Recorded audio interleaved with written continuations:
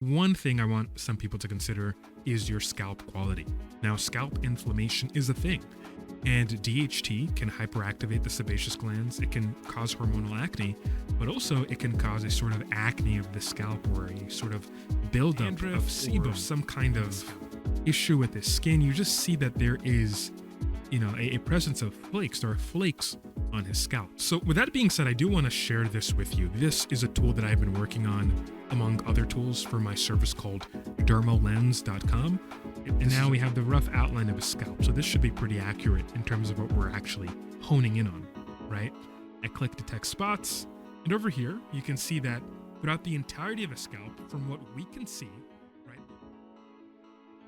An issue that I've seen as of late on Trustless and other online forums that have to deal with hair loss or, dermatological issues is people attributing their lack of results due to the medications not working. Which sometimes that might be the case when it comes to finasteride. You're only reducing, I think, between 29 to 35% of your scalp DHT. So there is still a bit, and for some people that's enough to slow down hair loss, if not stop it completely. But for some people who have very sensitive hair follicles to androgens, particularly DHT, they still lose their hair, right? And the question is, why is that the case? Is finasteride really not working for them? One thing I want some people to consider is your scalp quality. Now, scalp inflammation is a thing, and DHT can hyperactivate the sebaceous glands. It can cause hormonal acne, but also it can cause a sort of acne of the scalp or a sort of buildup of sebum in the scalp, primarily pushing your sebum to have higher cholesterol and triglyceride content that ultimately feeds malassezia, various fungal colonies that eventually turn into a condition like seborrheic dermatitis. So this particular post on Trustless from a user named Fade Buddy, he makes the title of the post, quote, "Almost 1 year now, is it worth saving?" unquote. So we're going to look at his pictures real quick. And right off the bat, I hope you can see this, but he has a lot of flakes. We can see that, there's a lot of like sebderm flakes, these little like white marks or whatever. And even in the middle of his scalp, you see these like striated blotches of crust, right? Skin crust, keratin, if you will. And people might say, well, this is just the lighting. How do you know what this is? Even though you can see it's clearly either some sort of dandruff or some kind of issue with his skin, you just see that there is, a presence of flakes. There are flakes on his scalp. And that could be indicative of an underlying issue that has to do with scalp inflammation or some kind of issue with the microbiological environment of the scalp. And this needs to be addressed promptly. And it looks pretty bad, right? So this is his baseline. Mind you, we're dealing with his baseline over here. Going to the second picture in the camera roll, this is horrible. You can even see in some areas in the scalp, right?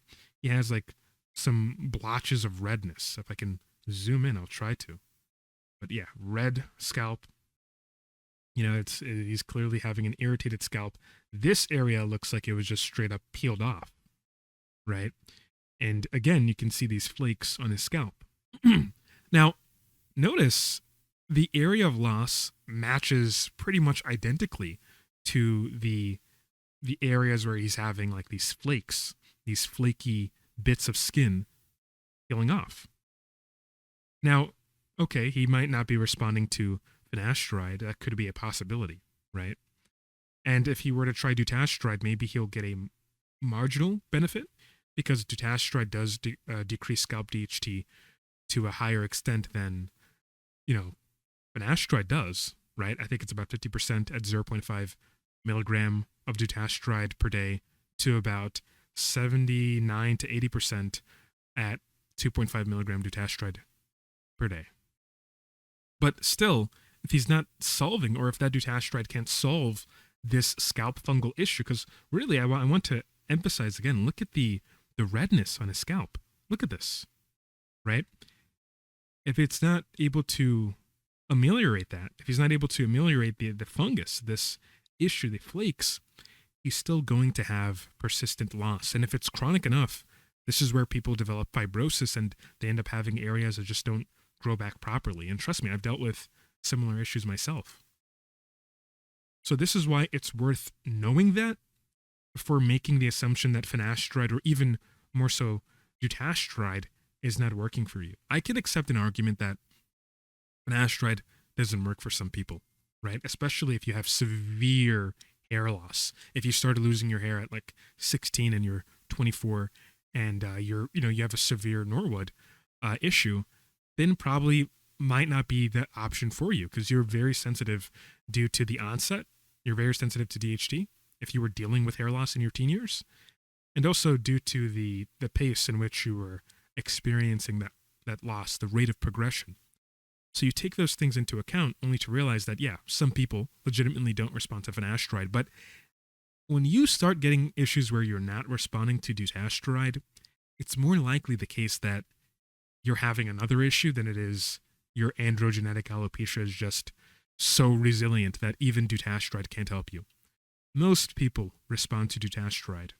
It's more likely the case you have another condition burning your hair follicles and depleting them, whether it's an autoimmune issue like lichen planopilaris, frontofibrosing alopecia, or fibrosing alopecia in a distributed pattern, CCCA, pseudopalliative Brock, all these weird issues that are inflammatory, or it could be a fungal issue, which equally is, just as bad if it gets to this extent that I'm showing on the screen right now. Like, this is really bad what he's dealing with. And this is where he is today, right? So from baseline till now, and even a year later, if you're dealing with this for a year, you can still see, if I zoom in closely, he has some flakes, this white bit, it's a bad picture, granted, but still he's clearly dealing with those issues. And these are probably hair follicles that otherwise would respond, but the environment the follicles are encased in is very hostile. It's not conducive to grow proper quality hair. So these are some considerations that you do have to take into account. You do have to really scrutinize your scalp to see what's going on. So with that being said, I do want to share this with you. This is a tool that I've been working on among other tools for my service called DermoLens.com. This is a tool that eventually you guys will be able to use yourself. But pretty much what's going on here is that you upload a picture for this spot analysis tool that we have. Again, it's one of our various other tools. And you can essentially find the spots on your scalp. Now, there are some limitations, of course. If you're in a bright, sunny area and you have a huge amount of glare on your scalp, it's not really going to give the best of, results. If you have thick, coarse hair that's covering your scalp, you kind of have to open your scalp so we can look and screen the area, and then you might be able to see if there's spots over there. But if you have full coverage of your hair, it's going to be a bit challenging. So you really have to open up your scalp, get a better picture, or try to, part out your hair so we can really see the scalp skin. But if you don't have much hair in a particular area and you are curious to see if you're having like dandruff issues, or maybe there are some small flakes you might not see, I think this tool might make a special case for you. So I'm going to drag this guy's picture over here. I'm going to click apply. These tools over here, manual blur, auto detect, I understand some people have a bit of a hesitation of uploading pictures to platforms, so you can use these tools to like blur out your face, maybe even blur out the background. This is a white background, so you might not be able to see it properly, but it kind of pixelates things. Hopefully this is even viewable, right? But yeah, it's an interesting kind of tool you can use. But in any case, let's move on to the next field. So I don't want to click apply just yet. I want to use the focused scope over here. So essentially, I'm going to come over here and click draw, right? And I'm going to kind of freehand it. So hopefully I can do this. My hand's a bit shaky at the moment. Let's go over here, over here, over here, over here, over here. You don't have to be super perfect, but you can kind of get to, a good semblance of the shape. And now we have the rough outline of a scalp. So this should be pretty accurate in terms of what we're actually honing in on, right? I click detect spots, and over here, you can see that throughout the entirety of a scalp, from what we can see, right, the area that we've covered, the number of spots aren't that severe, right? The flakes, it's not too severe according to the metrics over here. So over here, the coverage shows what the percentage of the analyzed area is affected by detected spots, right? So if you were to make the scope even smaller, you would possibly amplify, depending on the area, you would amplify the severity.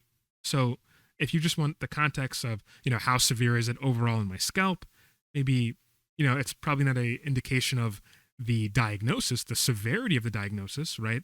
But in terms of the coverage on your scalp, that's why we're saying it's not too severe, right? It's quote unquote good. It's not covering the entirety of what is visible to us. So now that we've had the spots, it kind of gives us an indication that, yeah, there are spots there, right? And this is useful for people who might be questioning like, oh, is that lighting? Is that a lighting issue? Could be a lighting issue, right? Some people, when I'm on trustless and I say, okay, dude, you have these white spots on your scalp, that's indicative of seborrheic dermatitis, they might say, oh no, that's just a lighting problem. It's just my camera light. It's just the lighting in the room. When in reality, it might not be the case, right? This is more or less the areas that I've already pointed out, right? If we use the mini map over here. In any case, the point that I'm trying to make, even though I'm yapping the whole time, is that if your scalp looks like this and if you're not getting results, you need proper screening. You need to question, crucially, have some decent questions about what's going on with your scalp health, because that could be holding you back from seeing actual results.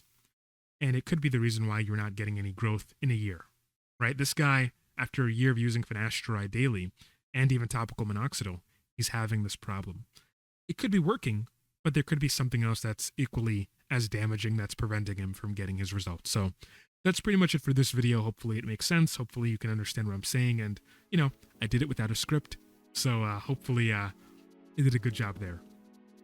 But with that being said, at the time of recording this video, I am out of stock, unfortunately, when it comes to my liposomal minoxidil sulfate. But if it's back in stock, you guys can sign up on the email list or just come and buy it, whatever. And you can try it out or maybe even check it out. We're running it as a cosmetic, and hopefully it could help you get a fuller looking hair appearance. Anyway, that's it for this video, guys. Thanks for watching and thanks for the support, and I'll see you in the next video. Peace out.